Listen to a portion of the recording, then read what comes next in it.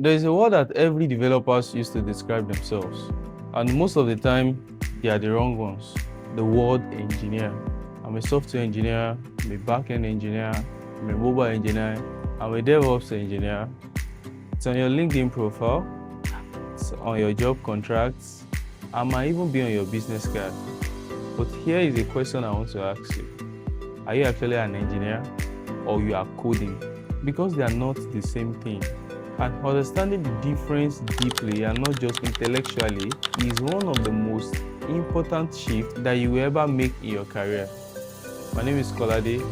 I'm a senior software engineer across Android and backend systems, and I've built production systems in fintech, healthcare, crypto, and many other areas. I've worked with developers from every level from my first job till right now. And what I'm about to share with you in this video is a single framework that separates the engineers who grew fast from the ones that stay stuck. If you are new here, you're welcome. This channel is for developers who want to think at the levels of engineers and not just coders. So subscribe if that's you, and drop a comment telling me what you are right now, either a coder or an engineer, and I really want you to be honest.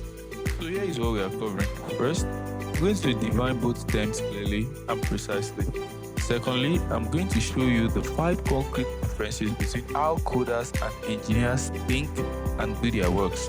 Third, I'm going to give you a framework for making the transition. So you are not just understanding this intellectually, you want to start living it. So let's start at the foundation. So what does coding and engineering mean, and why does it matter? Coding is the act of writing instruction for a computer. It is a skill, an important skill, a valuable skill, but it is a skill. Like typing, like photography, like carpentry, like playing an instrument. Why engineering is something broader? Engineering is a discipline of design, building, and maintaining systems that solve real problems, reliable, efficient, and sustainable over time. Notice the word system, reliable over time, not just writing code that works right now on my machine. The test data I give it. A coder asks, does it work? An engineer will ask, does this work at scale, under failure conditions? Can it be maintained by the team on the long run, 3 years from now? These are very different questions, and the gap between them is where most careers stall out. So why does this matter in real life? I want to make this concrete with a scenario. Imagine you are building a payment feature. A user clicks on pay, money goes, receipt appears. A coder thinking goes like this: I need to call a payment API, handle the success response, and show the receipt. Done. But an engineer thinking goes like this: what happens if the API calls timeout? What if they succeed on their end but they never get a confirmation? What if the user double taps and fires the request twice? What if the network drops after the request before the receipt? What does the database take look like in any of these scenarios? Who gets notified when things goes wrong? How do we know if something went wrong at 2 a.m. on a Sunday morning without somebody manually checking? Same feature, but completely different levels of thinking. The coder ships something that works in a demo, but the engineer ships something that works in production, which is a complete different environment. And this is not about experience. I have seen 5 years developers who still thinks like a coder, and I've seen a team of developer who is already thinking like an engineer. So the difference is the mindset, it's not the tenor. So let me show you exactly what the mindset looks like across 5 dimensions. Let's go.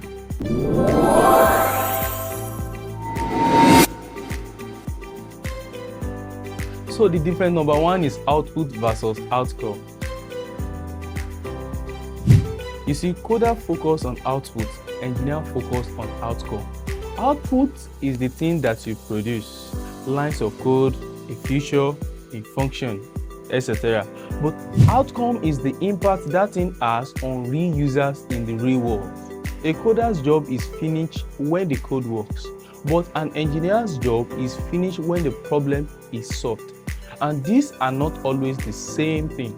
There are code bases where everything works technically, and the users still have terrible experiences because the engineer never asked, what is the actual user trying to do here? What does the success look like for them?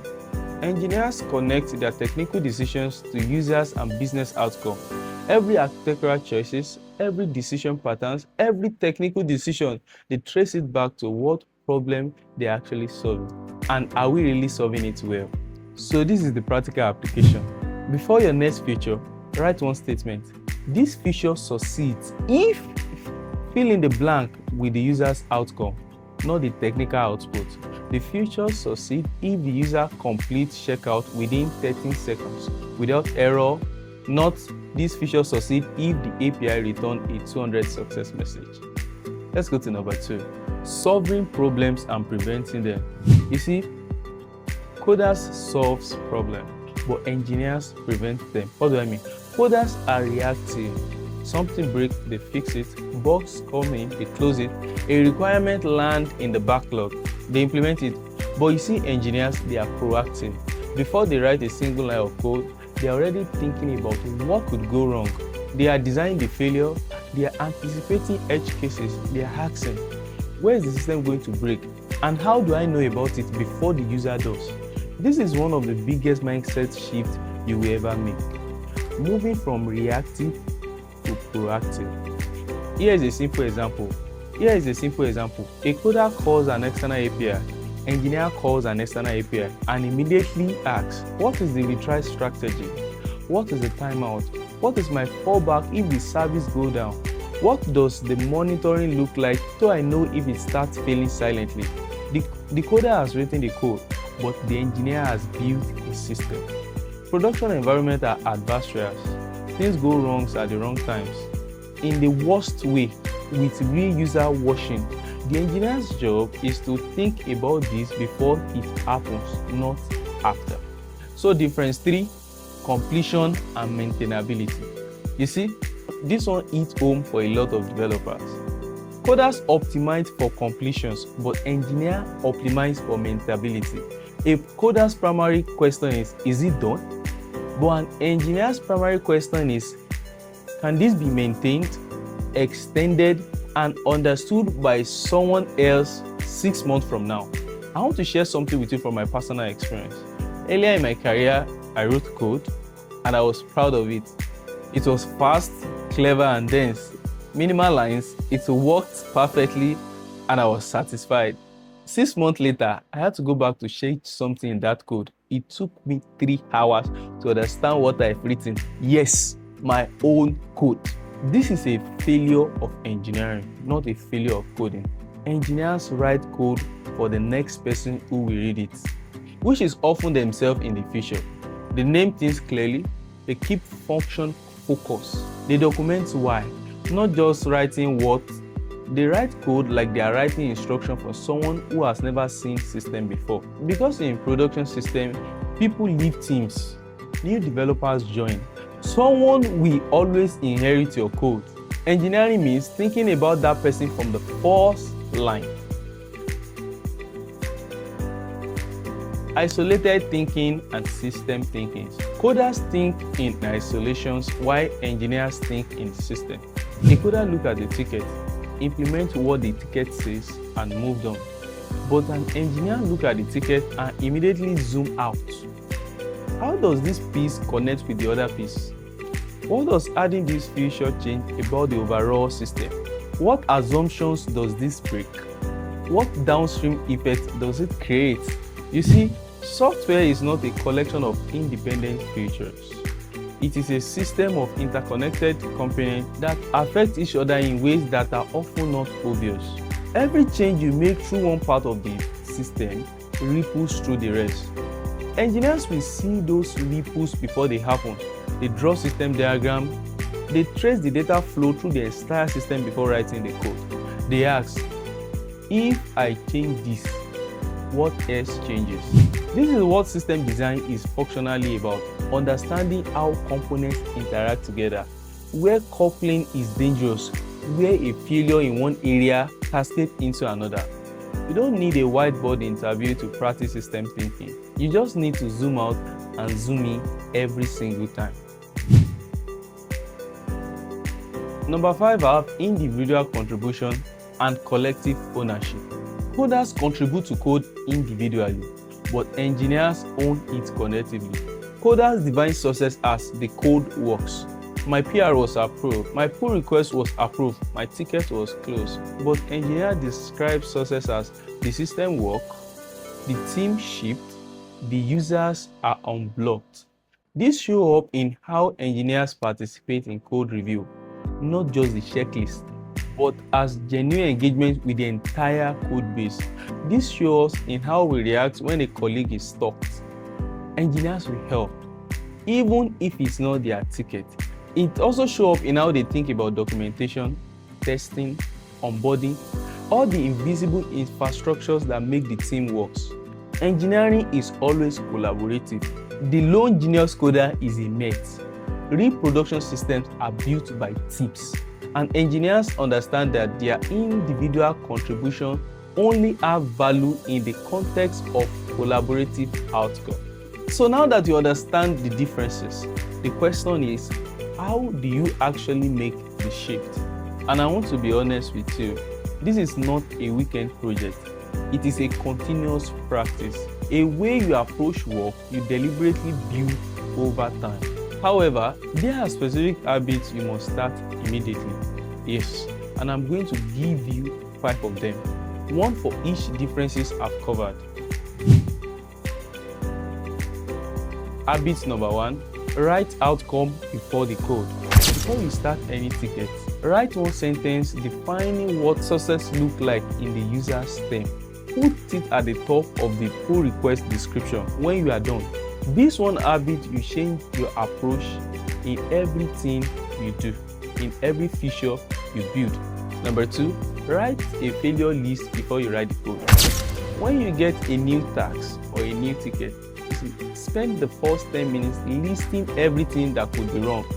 Not to fix all of them immediately, but to make the risk visible. Then you handle the critical ones and document the rest. So by this, you are now thinking proactively. You are not reactive. Number 3, apply the handover test. Before you merge your PR, I want you to ask yourself a question. If you leave your company tomorrow and someone else have to maintain your code, will they understand it without calling you? If the answer is no, then you have few things to do. You have to improve the naming, add comments on the why, simplify the structure. Do not merge your PR until you have passed this test. So habit number 4, zoom out once per ticket. Before you start writing your code, spend 5 minutes tracing how your changes affect the broader system. Draw it on a paper if you need to. Ask, what does this connect to? What could break? What are the upstream and the downstream dependencies? 5 minutes of system thinking will prevent hours of debugging. Make your team problem your problem. Once in a week, look outside your own ticket. Review a ticket that was not assigned to you. Help a teammate who is stuck. Flag a systemic issue that you notice. Add to the documentation. This small act of collective ownership compound drastically. Over time, they will now be the clearest signal of engineering maturity that any senior developers or manager look for. So this is what I want you to take away from all this. Coding is a skill. Engineering is the discipline. Skills are acquired, discipline are practiced. You don't become an engineer by learning mere syntax and mastering more frameworks. You become an engineer by changing how you think about the work, from completing the tasks to building systems, from finding bugs to preventing them, from shaping features to solving problems. And here is one thing about this shift. Once you make it, it is permanent. You cannot go back to seeing code as just codes. You start seeing systems everywhere. You start asking better questions. You start building things that last. And that is when your career starts to move in a completely different direction. So let me bring everything together once again. Coding is an act of writing instruction for a computer.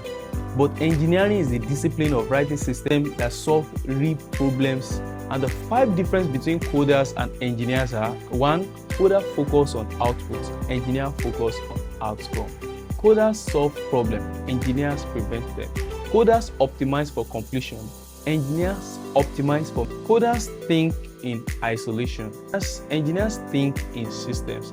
Coders contribute individually, engineers own collectively. These 5 habits will help you to bridge the gaps. Number 1, write the outcome before the code. Number 2, write a failure list before you write your code. Number 3, apply the handover test to every of your PR. Number 4, zoom out one per ticket. Number 5, make your team's problem your problem. I want to leave you with a challenge. This week, pick one of these 5 habits, just one, and apply it to every piece of the work you do this week. Not just 5, just one. Consistency beats complexity every single time. Next week, pick another. By the end of the month, all 5 now feels natural. By the end of the quarter, the people around you will start asking, what has happened to you? Why are you thinking differently? And you can tell them, I stopped coding, I started engineering. If this video gives you something to think about, hit the like button. It genuinely helps other developers find this content. And subscribe if you want more of this every week. I really want to hear from you in the comment section. Where do you see yourself right now? A coder or an engineer? My name is Kolade. See you on the next one.